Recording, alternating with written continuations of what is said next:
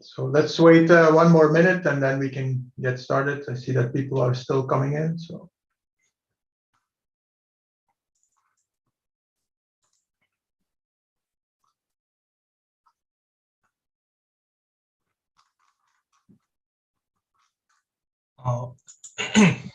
So here, I think you may also want to make the other Dorina the co-host.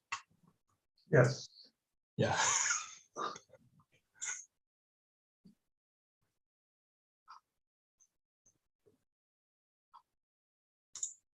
Even though we have to search for you first.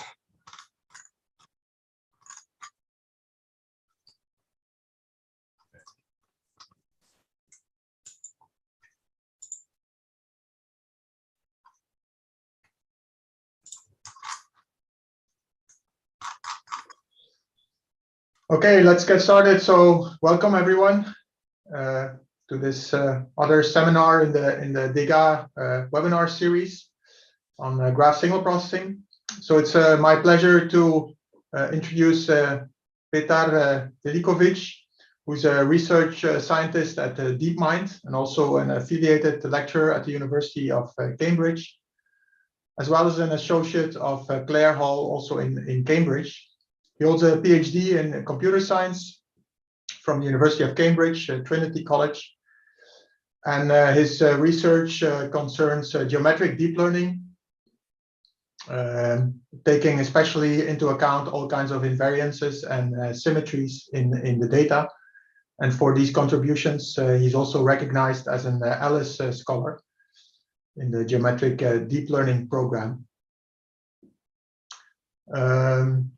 His work is well known and also used in a lot of applications, such as, for instance, improving travel time predictions in Google Maps and guiding also the intuition of mathematicians towards new theorems and conjectures.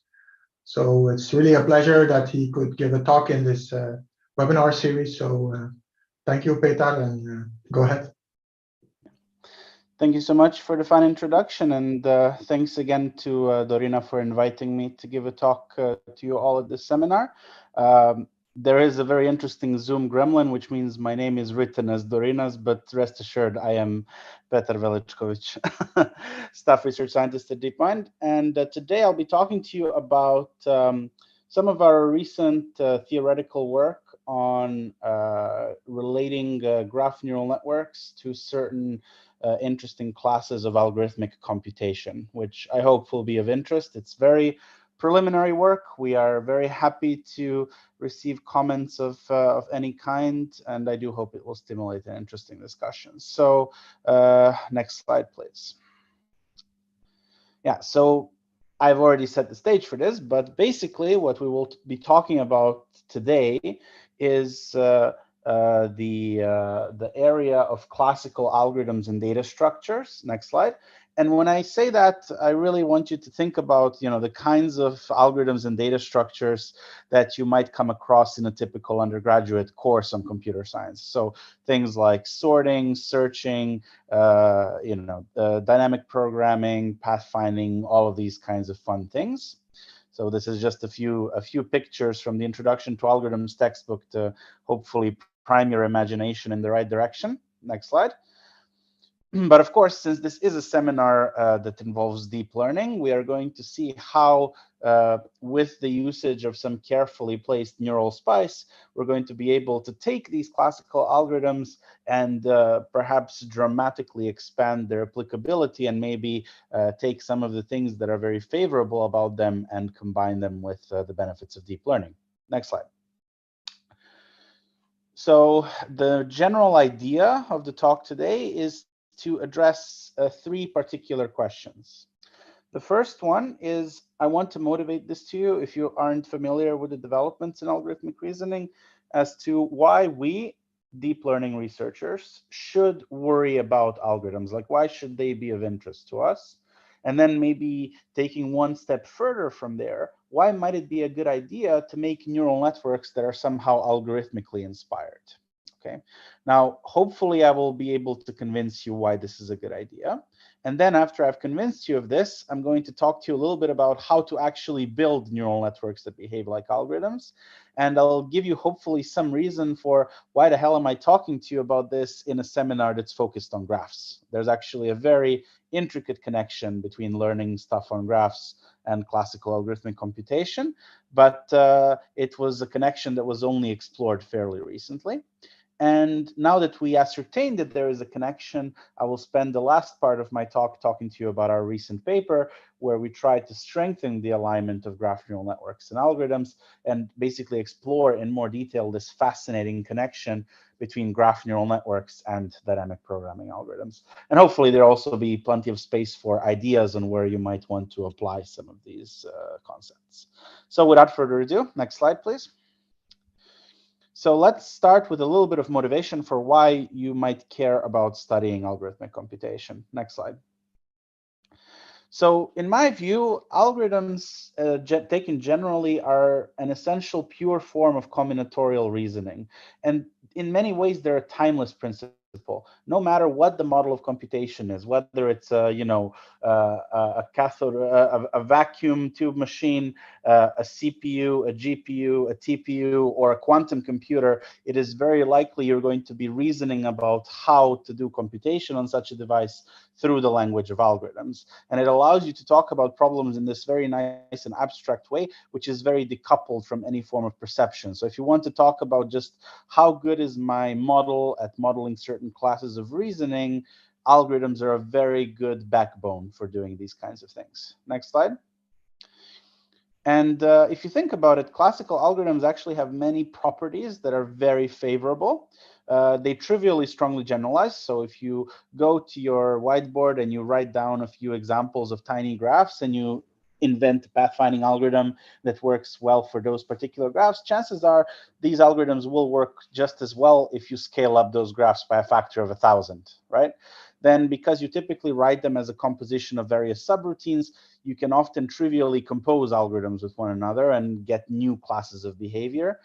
Because they're written in this abstractified setting, you can usually prove that they are correct, and you can usually guarantee how performant they're going to be, how much time they will take to execute, how much memory they will need, and so on. And because usually we can write them down in a pseudocode format, you can very trivially interpret their operations. Now, if you look at all of this bucket list of favorable properties, you'll come to realize that these are exactly the things that neural networks are horrible at, right?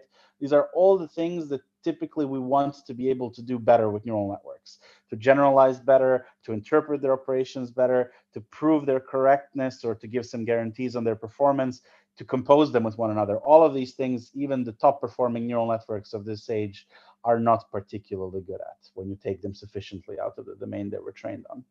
So even bringing these two sides even slightly closer together might allow us to get the best of both worlds and truly make the leap forward towards AGI.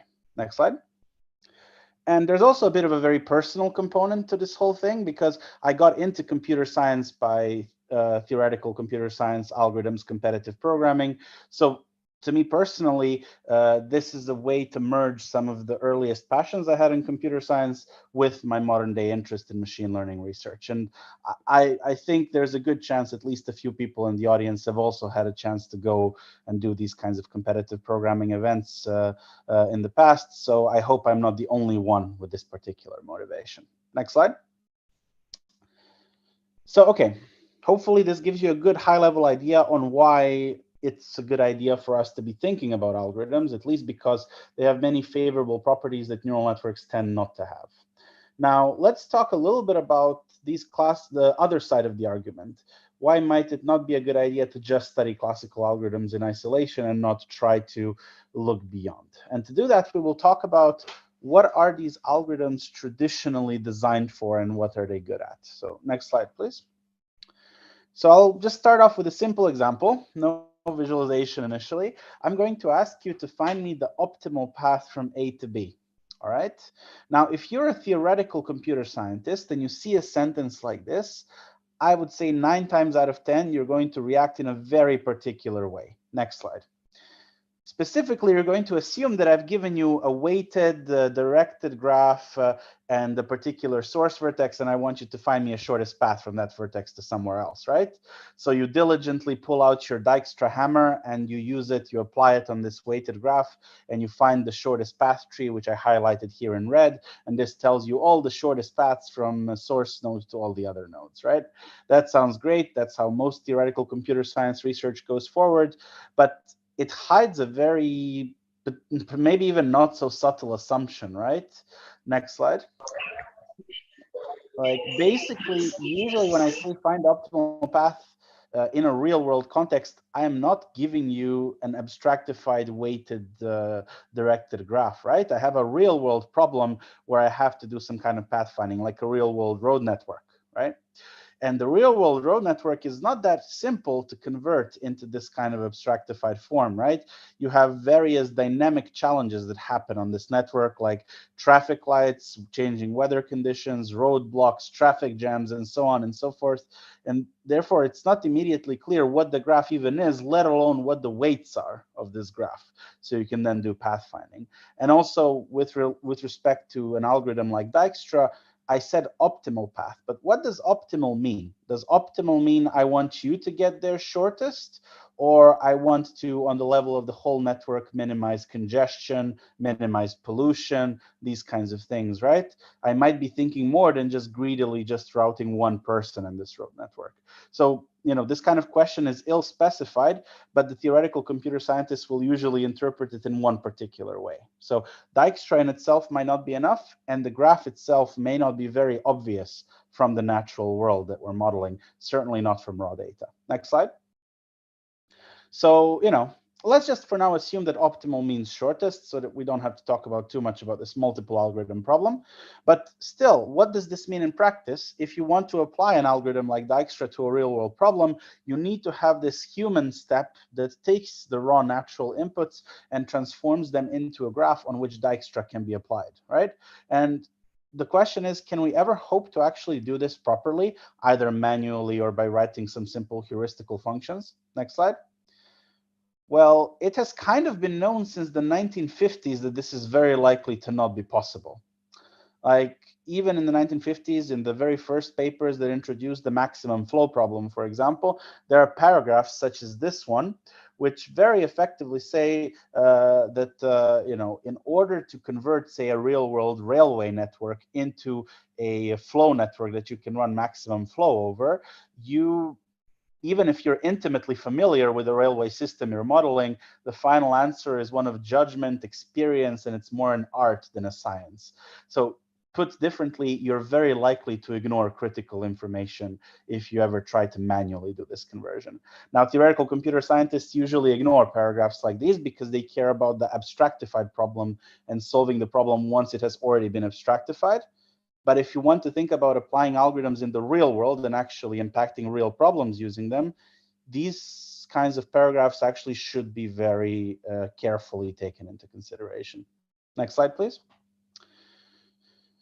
So basically, this issue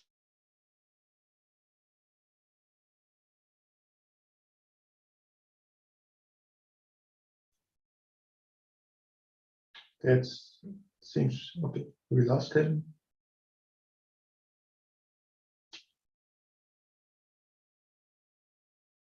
Yeah, give us a minute to restore the link with Petar.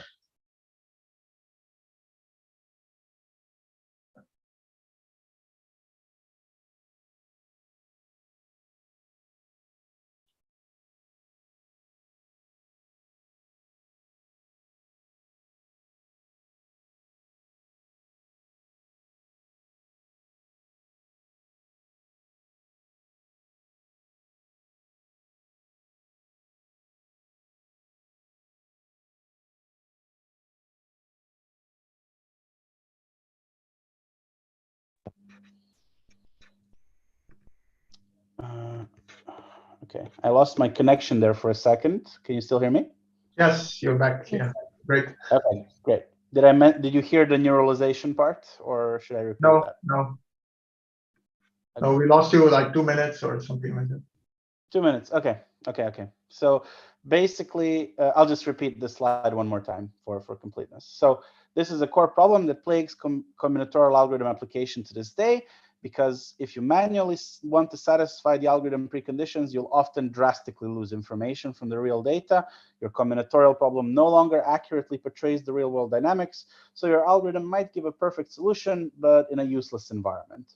And this can be even more drastic if, for example, you only have partially observable data to apply the algorithm. In these cases, at least, there's no clear way without imputing that data to apply the algorithm in the first place.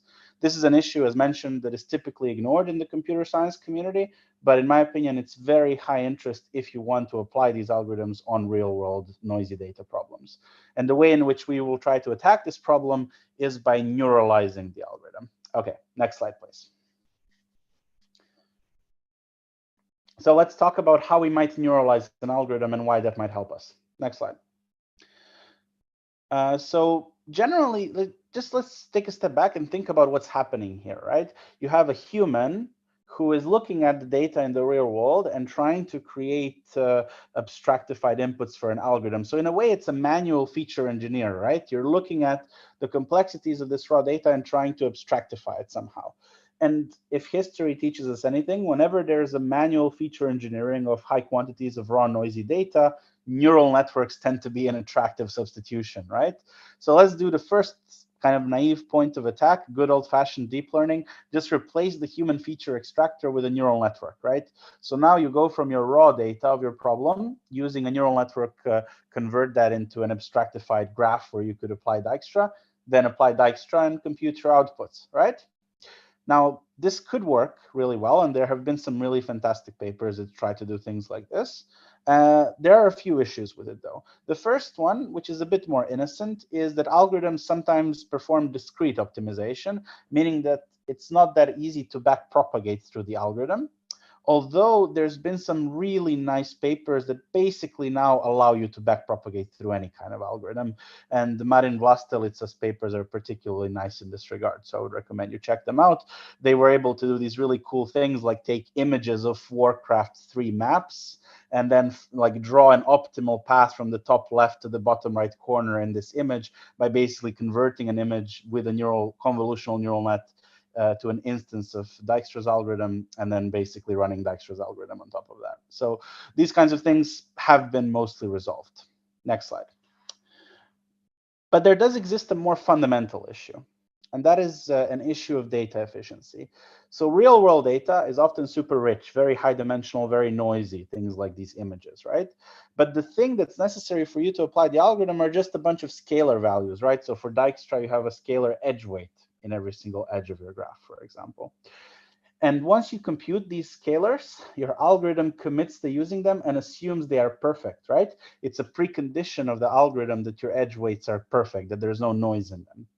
So if you don't have enough training data to properly estimate these scalars, you're going to hit the same issues you hit before, because your algorithm will give a perfect solution over noisy inputs. And when it's just a single scalar, it's a single point of failure. If you mess up those scalars, everything else goes haywire.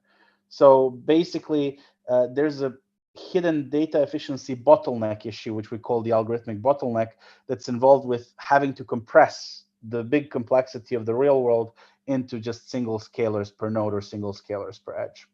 And this is something, even if you can backpropagate through the algorithm, this is going to be a challenge. Another challenge is, what if the algorithm doesn't give you the entire solution? This is often the case, for example, if you want to compute things over a road network. Shortest path algorithms are useful, but you might also want to estimate flows so that you can see where congestions might form in the future, studying overall traffic dynamics to inform the answer better. Like, you might actually realistically see it as a combination of multiple algorithms and a non-trivial combination of multiple algorithms at that. So there's a third issue also. What if this one algorithm doesn't give us the entire solution? So these two issues are not as easy to resolve as the first one. And for that, we have to resort to slightly different approaches. Next slide, please. So specifically, like what I said, this scalar representation gives you a single point of failure and a bottleneck, right? But how do neural networks end up being resistant to noise? Well, they have a high-dimensional latent representation, right? So if any component of this high-dimensional vector is poorly predicted, you still have the other dimensions that might step in and compensate, right? This is also the foundation behind regularization techniques like dropout. Like, they rely on having this kind of redundancy in the vectors, right? So let's try to do that to break our bottleneck. Like, let's not run an algorithm over scalar inputs, but let's run our neural network over high-dimensional latents. So this is the main difference, right? So now what has to change? We still have our raw data X. We run an encoder network, which now doesn't map it to scalar algorithmic inputs, but to high-dimensional latent state. And now within this latent state, we can run an algorithmic neural network P, the processor, which updates these latents to different latents that are still high dimensional. So now there's no scalar bottlenecks, there's no single point of failure, but this has to be done in a way that you can then decode from these latents the correct solutions that you care about, right? This naturally aligns with the encoder processor decoder paradigm from Jess Hamrick and others that was presented a few years ago, right? So next slide. And actually, if you look at it, this seems highly attractive if you can do it properly, right? If this latent state high-dimensional processor neural network aligns well with an algorithm, what do we have now? First, we have an end-to-end pipeline, which is fully differentiable. So we have no worries about backpropagating through this whole thing. There's no scalar bottlenecks. It's high-dimensional through and through. So you're going to have better data efficiency and better robustness to noise. And real-world data is often very noisy. And also, if the algorithm is not the whole answer, which was the third issue I told you, it's very easy to skip the algorithm. Just do a residual connection that skips the algorithm, right? Like have a path that goes straight from X to Y, which is a residual term that deals with anything that the algorithm itself doesn't give you, right? So if we were able to build this processor network P in a way that aligns with an algorithm, it could fix all of the three problems that I told you about before. So now that begs the question of, how can we train a latent state neural network P that aligns well with an algorithm? And that's going to be the central question of this talk today. Next slide, please. In fact, the question of how do we build neural networks like this leads us to algorithmic reasoning as a recently expanding area of machine learning research. Next slide. So maybe the first question you would ask yourselves is, why do we actually need to have a completely separate field for doing something like this? Well, that's because the desiderata for this processor network are slightly different than what you'd normally expect in deep learning, because you need to imitate the steps of the algorithm reasonably faithfully in this latent space. And that also means you must extrapolate, right? So an algorithm will still work just as well, even if I give it a graph that's 4 times as big as the one I had at training time, right? Most neural networks are not required to extrapolate in this way. They're usually required only to generalize in distribution, right? So this is a regime where neural networks typically really struggle, and it necessitated us to create a completely new niche of machine learning to deal with these kinds of issues. And that's what neural algorithmic reasoning is all about. It's an emerging area that seeks to fix this extrapolation issue, specifically when you're learning a target algorithm, primarily through the use of theoretical and empirical prescriptions. So in the previous years, the researchers in this area have been able to propose some interesting architecture choices, inductive bias choices, and how to process your features as well, in a way that you can combinatorially extrapolate better than before. It's needless to say that it's a super active research area. There's been many key papers published only last year, so it's very, very active right now. Next slide.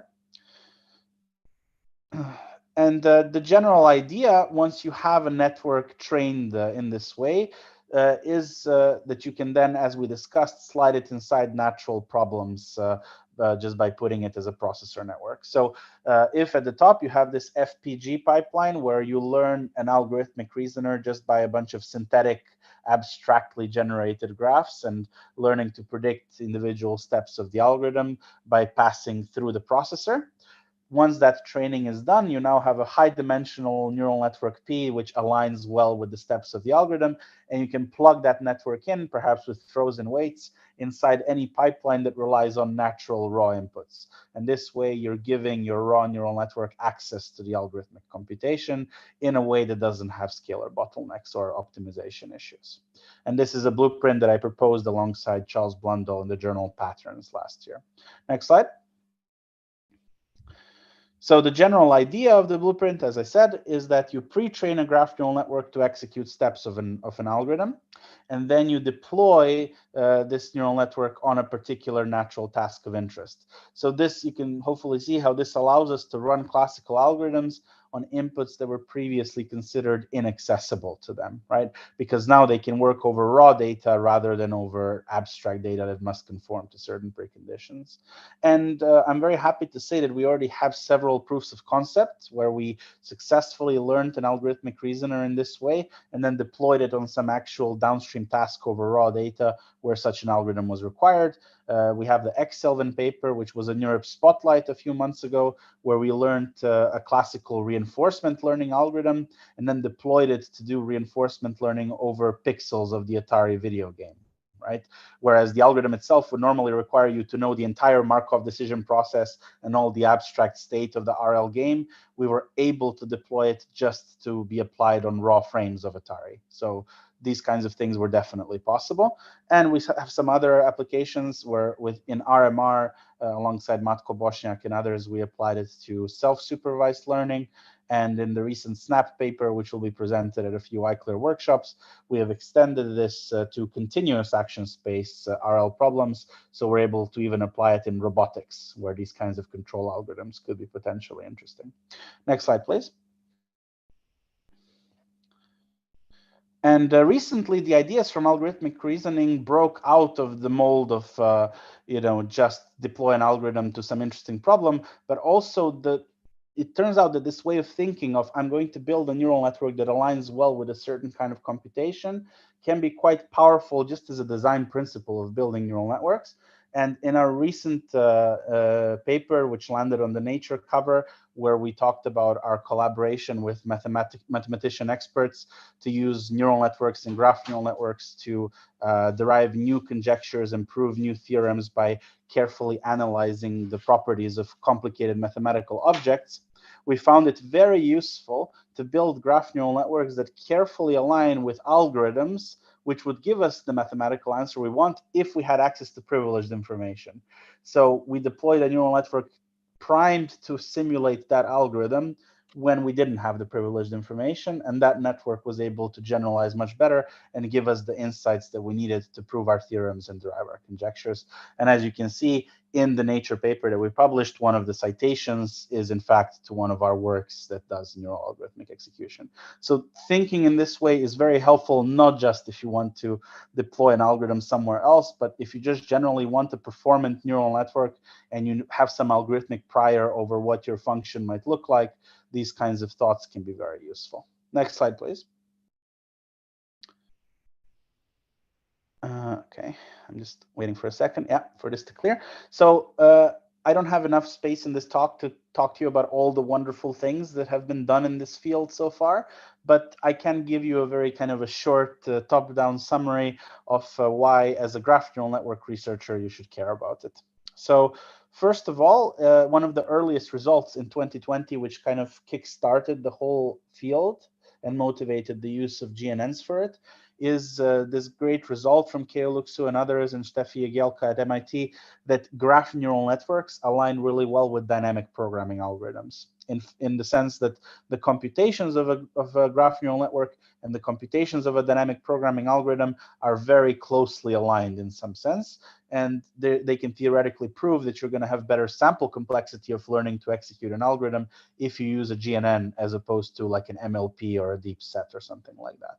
So that was a great result that kickstarted the whole area. And here in the middle of the slide, you have a picture which hopefully illustrates the idea. On the left-hand side, you have the update rule of the Bellman-Ford algorithm, which is a standard pathfinding dynamic programming algorithm.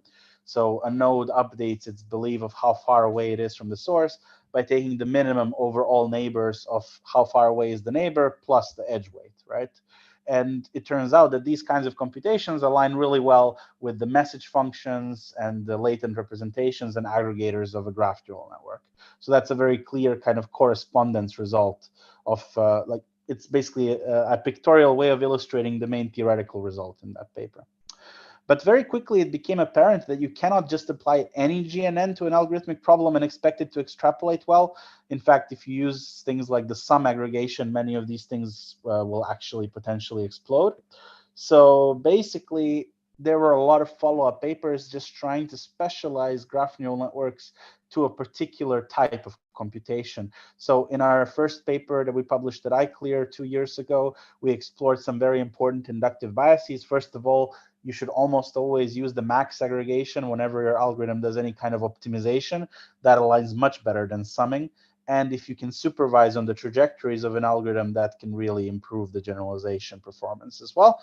There's been many other interesting works like iter-GNNs that generalizes this to iterative and homogeneous algorithms, pointer graph nets that include data structures in the whole mechanism, and most recently persistent message passing, PMP, which also allows you to have some notion of external memory while you're doing the computations. And some recent theoretical results at iClear and ICML last year have also shown that you can extrapolate much better if you design your neural network so that your message function has to be as close to linear as possible.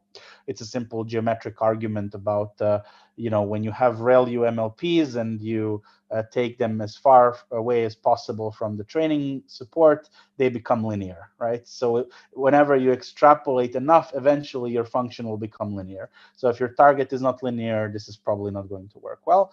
And there are some very interesting recent results that show that if you truly want to properly handle extrapolation to different sizes, you may need to have some kind of a causal model, either implicitly or explicitly, of what your data will look like at test time. Next slide.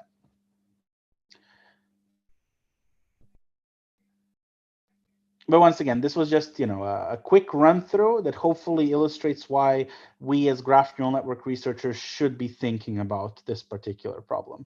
But now I want to take the rest of this talk to tell you a little bit about how we have stumbled across this theoretical link and what we've done recently to try to make it a bit deeper in the hope of also building better architectures in the future. Next slide.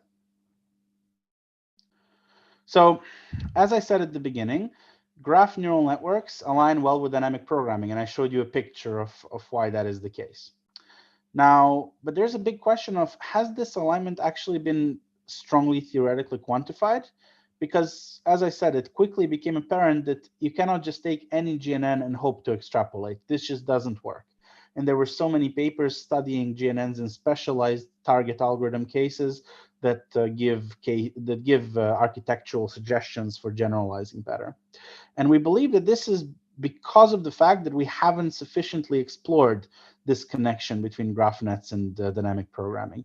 The original paper had this figure at the bottom here, which just gives you a pictorial evidence kind of informally of how a graph neural network operation is similar to the Bellman-Ford algorithm. Like, it seems like it's a similar code and therefore it must be aligned. I mean, this is in principle true, but there was no real follow-up work to theoretically quantify where does this connection come from. And that is what we tried to do here. Next slide, please. So I also want to, before I dive into what we did, I want to also make a comment on a very recent interesting paper, the exact class of graph functions generated by graph neural networks. This is a really fantastic paper that talks about which dynamic programming tasks can be solved using graph neural networks. But the setting that they study in this paper is they allow for arbitrary initialization, like arbitrary initial features for the GNN. So, for example, try to solve shortest path from node 1, even though I initialize your node features to be constants, right? In this case, you're starting your GNN from a fixed point, and it has no hope of actually computing the correct shortest paths, okay? So there's some interesting results in this regime where like pathfinding doesn't work if you allow arbitrary initializations, and min-cut, for example, works. No matter how you initialize the graph neural network, you'll get the solution to the min-cut problem. It's possible to get it, right? So it's quite interesting to study it in this setting, but this is not the setting that we focus on. We assume that the graph neural network is initialized properly. So for example, in the case of pathfinding, I expect that I have a node feature which tells me what is the source vertex, right? In their setting, they did not assume this is the case, right? So we assume that there is sufficient features in the input to tell us exactly what is the pathfinding problem that we are solving. So we're not concerning ourselves with arbitrary initializations. We assume the initialization is correct, and we just want to see, can the graph neural network learn the computational step of the algorithm? That's the main problem. Next slide, please. So just as a quick reminder, this should be a very easy, like theoretical background, but just to kind of make everybody on the same page about the notation that I'm using. So to introduce GNNs, we're working over graph structured inputs. So there's a tuple of nodes and edges, and we define one-hop neighborhoods in the usual way. So NU, the neighborhood of node U, is the set of all the vertices V that are connected to U with an edge. And I'm going to assume for simplicity that we just have a node feature matrix in every node. I'm going to omit graph and edge level features just to keep things a bit more clear, but the maths is basically the same and can be trivially extended to the case where we have edge or graph level features. So a graph neural network in this case might, for example, compute some kind of message function psi over pairs of nodes, sender and receiver nodes features, and then aggregate all of them with some permutation and variant aggregation. That's the O+. Whenever you see the O+, that's basically sum, average, max, or something like this, which is permutation and variant and combines all the neighborhood messages into one message. And finally, you might add some phi function that updates the representation of that particular node. All right, so this is just the specific formalism that we use for graph neural networks. Next slide, please. Now, the second player we have here is dynamic programming. And if you're not familiar with this particular strategy, it solves problems in a divide and conquer kind of fashion. So imagine we want to solve a problem instance X. What we do first is we identify some subproblems, eta of X, and we recursively compute the solutions to those subproblems, and then we recombine the answers, right? So f of x can be expressed as some recombination function rho of all of the f's of all the subproblems y that are immediately related to x. And for some subproblems y, f of y will actually be trivially known. This is the base case for the dynamic programming algorithm. So the idea is you can kind of keep expanding until you hit the base cases, and then you propagate from the base cases backwards to the problem you want to solve. And one critical observation here, which I thought was really cool, is that the very act of us doing so has induced a graph structure over the subproblems, right? Every problem is connected with an edge to its immediate subproblems, right? So you can basically simulate dynamic programming with this kind of programmatical or categorical fashion, where you basically, apply a scoring function to all of your neighboring subproblems, and then recombine those scores together to get the representation of X. Now, this feels a lot like a graph neural network. Like, it has a very similar kind of flavor as a graph neural network, but we set out to like really carefully characterize what this thing does. Next slide, please. And just to give you a specific instance, I'm going to repeat the Bellman-Ford algorithm. So we want to find the shortest path lengths in a graph. So du is the assumption of the distance of node u to the source. And at every step, it's updated by the minimum of all the neighbor distances plus the edge weight, right? And the base case in this case is that the source vertex has a distance of 0, and initially all the other vertices have a distance of infinity because they haven't been processed yet. And in this particular case, the set of subproblems is exactly the set of nodes in our graph, right? You have a subproblem du for every node u in the graph, and your expansion function, the subproblems immediately related to me, are exactly the one-hop neighbors in the graph, right? There are more general forms of this pathfinding blueprint, which just redefine what plus and minimum is. So some specific choice of a semi-ring if you want to be very, algebraically correct. And this connection was used to motivate several interesting recent papers, like the neural Bellman-Ford networks from Zhao Chengzhu and others at NeurIPS 2021, right? But I hope you can see how, like, there are some specific examples, and there's a very clear connection going on between what this dynamic programming rule is doing and what the graph neural network might do over that same graph. Next slide. Now, so let's talk about what is it actually that makes it challenging to formally talk about the connection between these two. Well, the basic technical obstacle is the fact that the computations that these two beasts perform are very different character. Neural networks usually work over real vectors, so every node has a real vector as a feature, and then they do linear algebra over those vectors, right? So it's a very familiar kind of k-dimensional vector space with linear operators and nonlinearities, right? Whereas algorithms often, because they have to deal with these things that haven't been reached yet and whatnot, they work over these kinds of tropical objects where you have to include infinity, for example, and you need to compute minima, and you need to use some addition or semi-rings such as this one. And these kinds of tropical objects are usually studied as degenerations of Euclidean space, and therefore they're very hard to reconcile with what's going on with linear algebra over real numbers.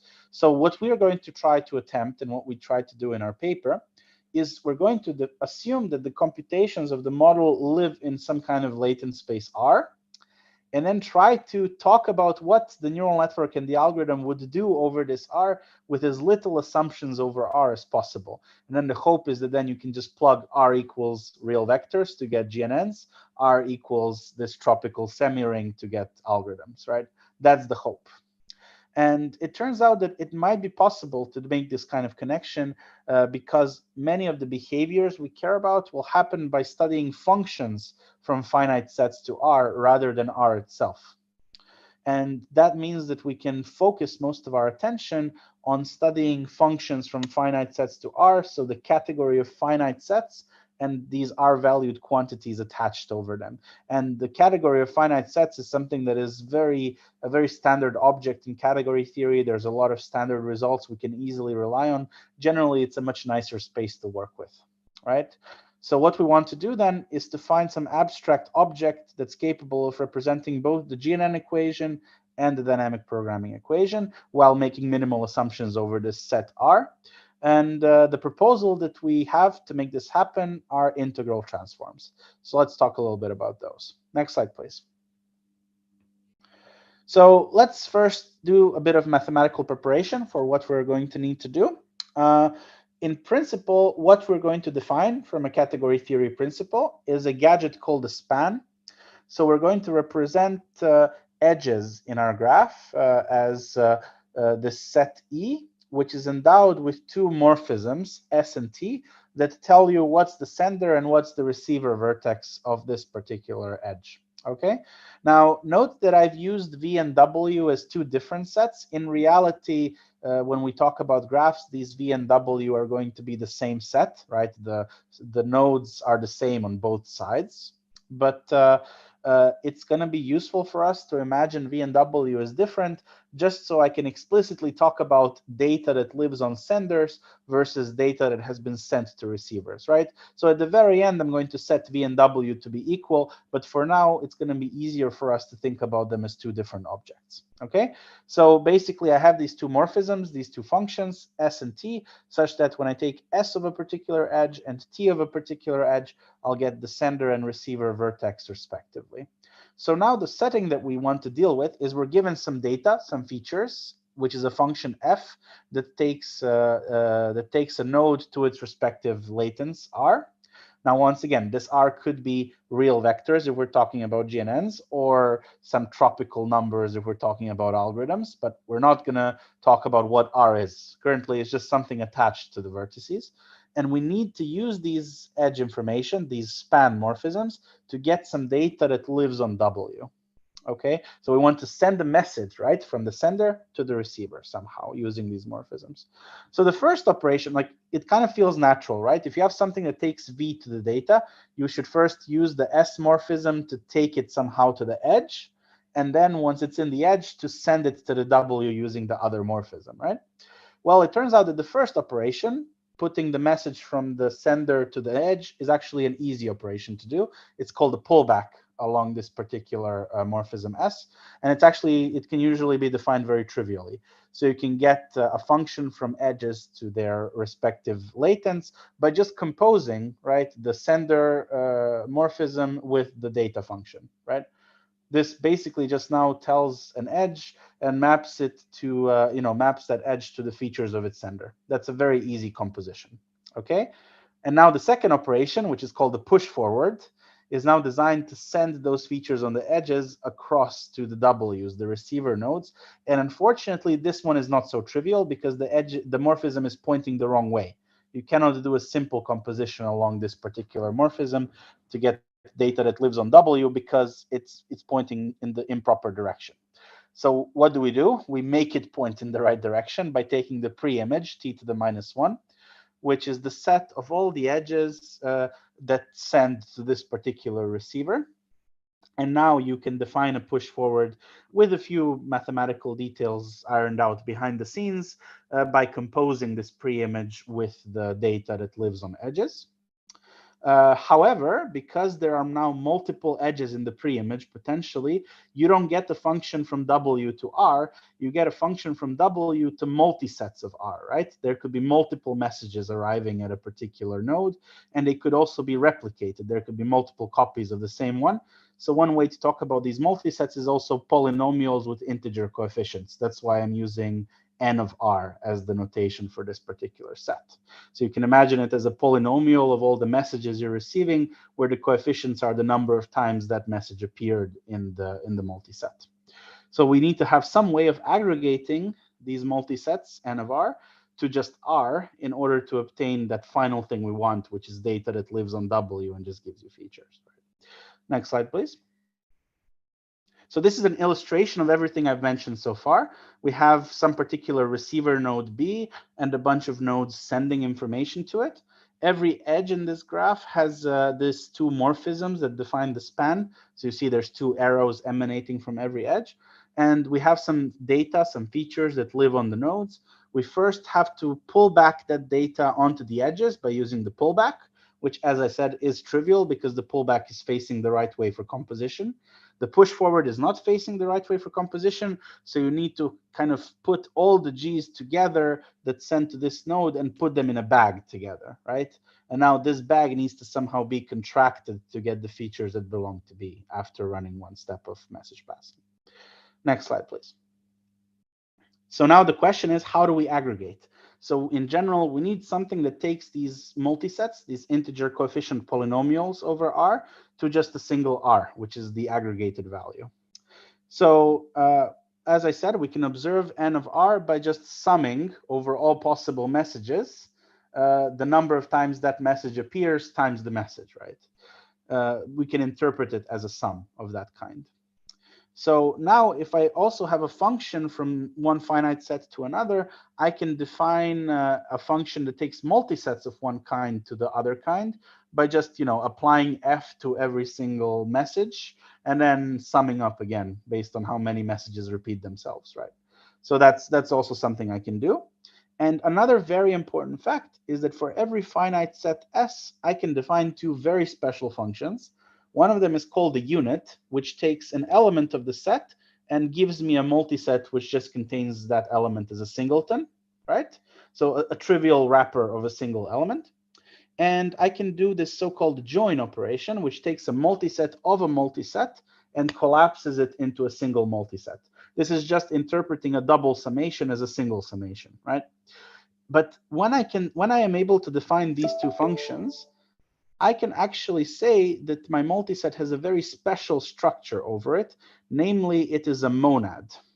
And you might have heard about monads before if you've done any kind of functional programming. They're a very ubiquitous object in category theory, and they're used to describe various kinds of general computation. And it's well known that if you want to build an algebra over such a monad, they need to be a commutative monoid. And that is the one and only restriction we're going to make over our feature space R. It has to support a commutative monoid. That's it. And so long as our algorithm is over a commutative monoid and our GNN is over a commutative monoid, this will work. Next slide, please. So once you have this commutative monoid structure, I can define my aggregator, big O plus, which is something like summation, maximization, averaging, whatever, that satisfies the following axioms. And these are commutative diagrams, which just means no matter what path I take in the diagram, I'll get exactly the same outcome. So the first axiom is if I take a feature R and I wrap it in a multiset using my unit function and then reduce it using my aggregator, I'll get the same element, right? That's a trivial property, right? So a singleton aggregated should give me that same element. Then if I have a multiset of multisets, I can decide to first flatten them in a single multiset by using a join and then do my aggregator. And that should give me exactly the same outcome as if I were to first aggregate the inner multiset and then aggregate the outer multiset. So this is the second axiom of a commutative monoid. As long as this diagram commutes, my R has the proper properties, and I can define my O plus as the unique morphism that satisfies this. And also, as you can see in the diagram at the bottom, this allows us to relate the O plus to all the other morphisms that we had in a unique commutative diagram like the one at the bottom. So you have the edge, you have its two morphisms to senders and receivers, and the pullback S star and the push forward T star are the unique morphisms that will allow you to complete this diagram in a way that it commutes. So basically the pullback and push forward are uniquely defined once you have a choice of O plus. And they're the specific arrows that close this diagram up. Okay, so next slide, please. And now with all of these things built up together, we can obtain the following four-stage diagram. We start with functions that take v's to r's. Whenever you see me use this angle bracket notation, it's just the set of all functions from A to B. So functions from senders to the features. I apply my pullback operator to get functions from edges to the features. There's usually some kernel function k that actually implements the algorithm on top of the edges and computes these messages. So that takes some features on the edges to some different features on the edges. Once they are ready, once the message is prepared, you can do the push forward to send these messages to the receivers. And now I'm going to set v and w to be the same just to make it more concise. But as we said, because the push forward is facing the wrong way, we end up with multi-sets over messages. And now finally, I can distribute my aggregator function O plus to get receiver features that have been updated. And as long as R is a commutative monoid, this diagram will work for both GNNs and dynamic programming. Just to note, this diagram might look like a simple composition of arrows, but these arrows hide many constraints in commutative diagrams that I showed you in the previous slides. So the diagram is way more complicated than this. This just highlights what is the important part of the data flow. So even though the diagram looks straightforward, all of the previous slides show you the constraints over these arrows. And there are some embarrassingly obvious alignment things you can do just by, for example, trying to match the O plus of the GNN to match the algorithm. And that in and of itself resulted in a few papers that got published at top conferences. Next slide, please. So let's just wrap up with some interesting thoughts for the future. One thing that we kind of kept as a black box is this kernel arrow that actually performs the computation of the message function or the scoring function. In the future, I imagine we'll have to dig deeper into what are some interesting mathematical constraints we can put on K so that we can generalize even better, right? We made pullback and push forward static because we assumed that a graph, like all those morphisms from edges, were given to us at the beginning. But in the future, GNNs and dynamic programming could dynamically alter their computations and dynamically choose their subproblems. So for GNNs, this means you are able to rewire the graph arbitrarily. And for dynamic programming, it means you haven't pre-computed all the expansions, which could be quite expensive. So it could be highly useful to model any kind of partially observed situation where you need to infer your subproblems as you go along rather than rely on them being given to you. And lastly, we feel like the connections detected here are way deeper than just algorithms and GNNs. They go across all facets of science. So these integral transforms, these combination of arrows and the spans, are often used to define Fourier series and Yang-Mills equations in particle physics. So could it be an interesting grand challenge for the future to try to truly understand the common ground behind all of these? Maybe all we're doing with algorithmic reasoning and GNNs is trying to discretize something that was already quite familiar to particle physicists in a different form. Next slide, please. And if you'd like to find out more and just learn more about our approach, you're warmly invited to check out our paper, Graph Neural Networks are Dynamic Programmers, which will be presented at 2 ICLR workshops, and it's already up on the archive if you would like to check it out. And next slide. That was actually my last slide. Thank you very much for listening. I hope you found it interesting. I'm happy to discuss about this with all of you. And if you want to chat also offline, you can contact me via email or via my various social networks that are linked on my website here. I'd like to just give a big thank you to Andrew Dudzik, who is the category theorist that worked with me on this over the past year or so. And he's put up with my general ignorance to all of these mathematical concepts as we both tried to learn more about each other's fields. Thank you very much, and I hope you enjoyed it. Okay, thank you, Petar, for this nice presentation. Very interesting and exciting work. Let's see if there's any questions. So there were a few in the chat already that I noticed. So if anybody else has a question, you can just either put it in the chat or unmute yourself. So let's start with the ones in the chat. So first one was related to the size of the network. So it seems when dynamic programming is used, it requires more memory space. I guess that's related to the fact that you probably train on some smaller networks and then scale up. Yeah, I think it's also related to the fact that you need to generate subproblems, which indeed currently for dynamic programming, we assume the subproblems are given to us at the beginning, which means that for some kinds of problems like the knapsack problem, in principle, you need exponentially many nodes. So this is another thing that we hope to maybe address better in the future with these dynamically rewired models. But yeah, definitely there's a higher requirement on the number of nodes, which might be bigger than the number of nodes specified in your problem initially. Like for graph algorithms like pathfinding, the number of nodes is equal to the number of subproblems. But for some other tasks like string matching, for example, you might need quadratically many nodes to represent the dynamic programming, right? So yeah, definitely you need a bit more memory for some of those. There was also a question which paper you were referring to about this, training this reinforcement learning agent to play Atari. I don't know. Yeah, so let me just, I'll share that link with everyone here. The paper is Exelvin, and we presented it at NeurIPS 2021 as a spotlight. Here, I've shared now the link to the paper in the chat for everyone to see. Yeah, thanks. Any other questions from the audience?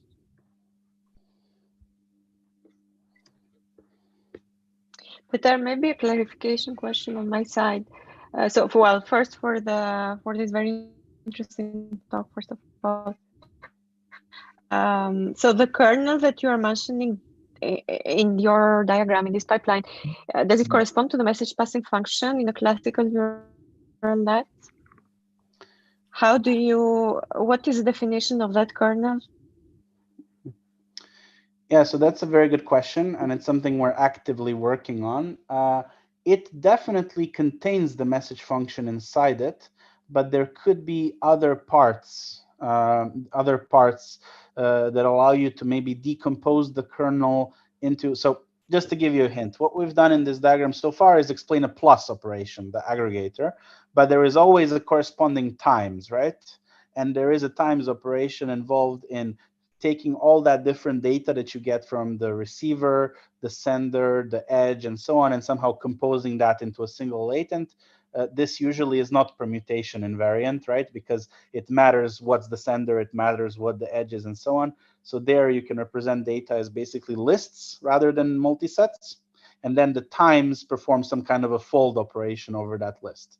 So in effect, it's kind of a combination of collecting that list, and then the message function kind of reduces it by performing the times. So there's several things going on in the kernel, which we don't explore in this particular paper, but we should have it for a future version. But I hope that explains your question. Yeah.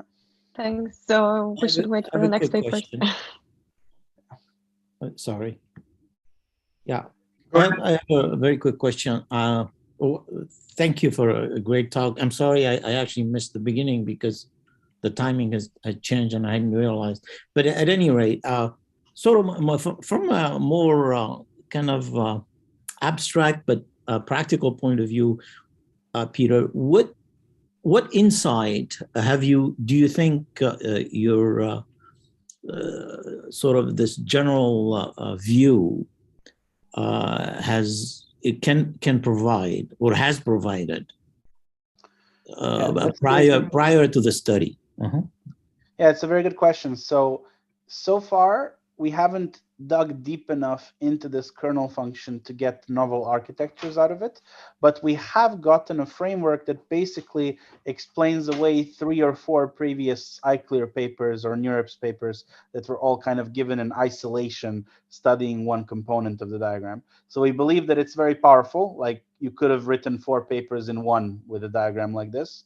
And hopefully, as we dig deeper, we might be able to build architectures of neural networks that align better with the downstream computation of the algorithm. And as a result, we get better extrapolation, better generalization, and ultimately algorithms that might be plugged into real world problems. So that's a very concise summary, but I hope it helps. Okay, thank you. Thanks for asking. Any other questions?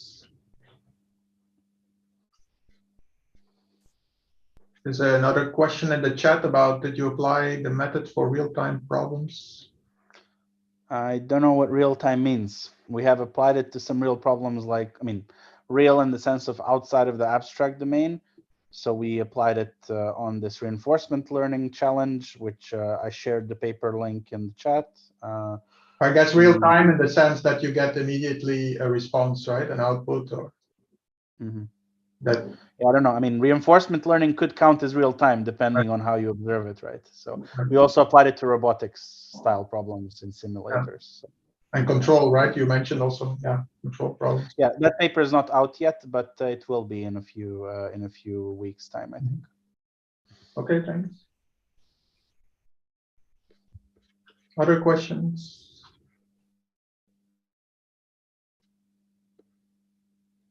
If not, then I think we can wrap up here. So thanks again, Peter, for spending time giving this talk. And thank all of you for attending the series. So we will have another talk on May 5th. So that will be now not in 2 weeks, but in 3 weeks from now. So